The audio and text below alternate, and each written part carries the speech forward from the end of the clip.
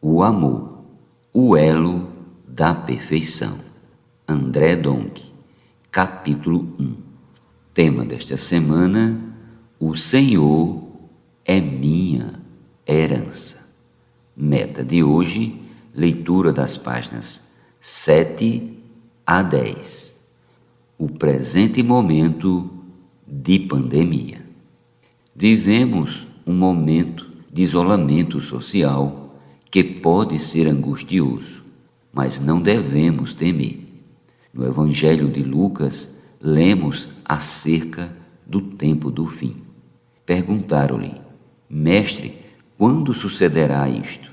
E que sinal haverá de quando estas coisas estiverem para se cumprir? Respondeu ele: Vede que não sejais enganados, porque muitos virão em meu nome dizendo: Sou eu, e também chegou a hora. Não os sigais. Quando ouvirdes falar de guerras e revoluções, não vos assusteis, pois é necessário que primeiro aconteçam estas coisas, mas o fim não será logo. Lucas capítulo 21, versículos do 7 ao 9.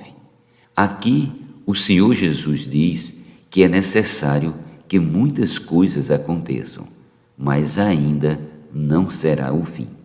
Essas coisas referem-se ao que temos visto ultimamente: o aumento na frequência de terremotos, o aumento de pestes e da fome. Esses dois últimos sempre andam juntos. Quando surgem pestilências, surge também a fome. É necessário que isso aconteça. Todavia, o Senhor nos dá uma palavra de consolo. Contudo, não se perderá um só fio de cabelo da vossa cabeça. Lucas, capítulo 21, versículo 18. Ainda que sejamos levados diante de governadores e dos tribunais dos homens, o Senhor diz que não nos devemos preocupar nem com o que diremos, pois Ele mesmo colocará as palavras em nossa boca. Versículos do 12 ao 15. Portanto, tenha bom ânimo e avance em sua caminhada com Deus. Além disso, mesmo sob isolamento obrigatório, precisamos buscar comunhão com os irmãos da igreja, ainda que por meios virtuais. Devemos também dar mais tempo à família a fim de edificar um viver familiar em Cristo por meio da oração, do diálogo, da leitura da Bíblia e de livros espirituais. Não podemos perder nosso contato com Deus e com a palavra. Continuemos a orar a Deus, pedindo-lhe que abrevie os dias da pandemia. Apesar de muito sofrimento, temos testemunhado autoridades governamentais orando e citando a Bíblia. Se isso não estivesse acontecendo, provavelmente eles não teriam essa atitude. A pandemia veio para bater os poderosos da terra, que não têm poder para detê-la, e para mostrar-lhes quem realmente é o Senhor. Apenas nossas orações podem limitá-la.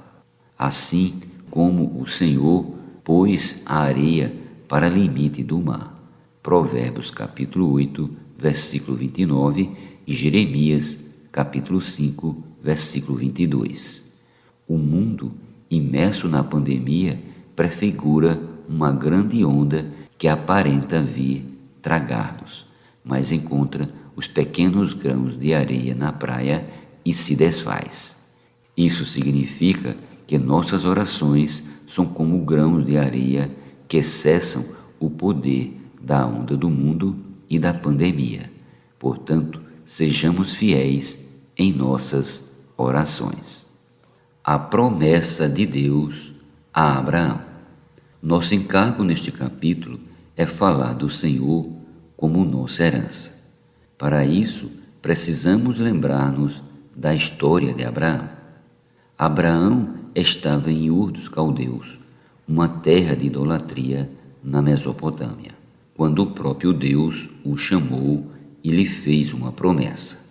Em Gênesis capítulo 12 lemos: Disse o Senhor a Abrão: Sai da tua terra, da tua parentela e da casa de teu pai, e vai para a terra que te mostrarei. De ti farei uma grande nação, e te abençoarei e te engrandecerei o nome. Sê tu uma bênção. Abençoarei os que te abençoarem, e amaldiçoarei os que te amaldiçoarem. Em ti serão benditas todas as famílias da terra. Apesar de Abraão ouvir a voz de Deus chamando, abençoando e fazendo-lhe uma promessa, ele não atendeu prontamente.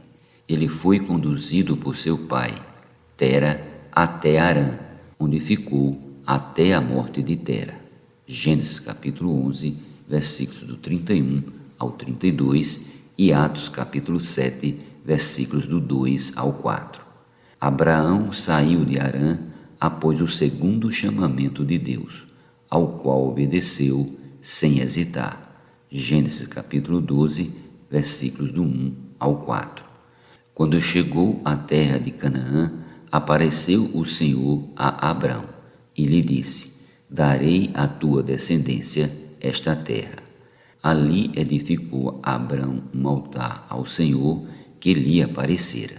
Passando dali para o monte ao oriente de Betel, armou a sua tenda, ficando Betel ao ocidente e Ai ao oriente. Ali edificou um altar ao Senhor e invocou o nome do Senhor. Versículos do 7 ao 8. A reação de Abraão à aparição de Deus foi instantânea. Ele invocou o nome do Senhor. Querido leitor, Deus já apareceu para você? Qual foi sua reação? Como Abraão, você também invocou o nome do Senhor? Quando Deus disse a Abraão: De ti farei uma grande nação, e te abençoarei e te engrandecerei o nome. Sê tu uma bênção. Gênesis capítulo 12, versículo 2. Ele não estava prometendo-lhe apenas uma grande descendência, mas uma grande nação abençoada, que abençoaria todas as famílias da terra. Versículo 3. Entretanto, a bênção dessa promessa era material, física, uma grande descendência e a terra de Canaã. De fato, depois de sua experiência no Egito, Abraão tornou-se um homem riquíssimo de bens materiais. Gênesis capítulo 13, versículo 2.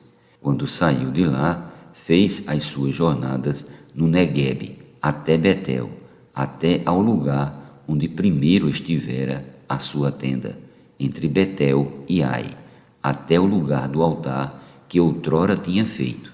E aí Abrão invocou o nome do Senhor. Versículos 3 e 4. Abraão tinha uma vida de altar e tendas, significando que ele consagrou tudo o que tinha ao Senhor. Portanto, ele não tinha raízes na terra que herdara, embora fosse um bem valiosíssimo. O livro de Hebreus diz que era porque ele aguardava a cidade que tem fundamentos, da qual Deus é o arquiteto e edificador. Hebreus 11:10. Abraão se movia na terra conforme o querer de Deus. Ele estava sempre disponível para ir aonde quer que Deus o enviasse, porque não tinha apego às coisas terrenas. Certamente ele enxergava além daquele pedaço de terra.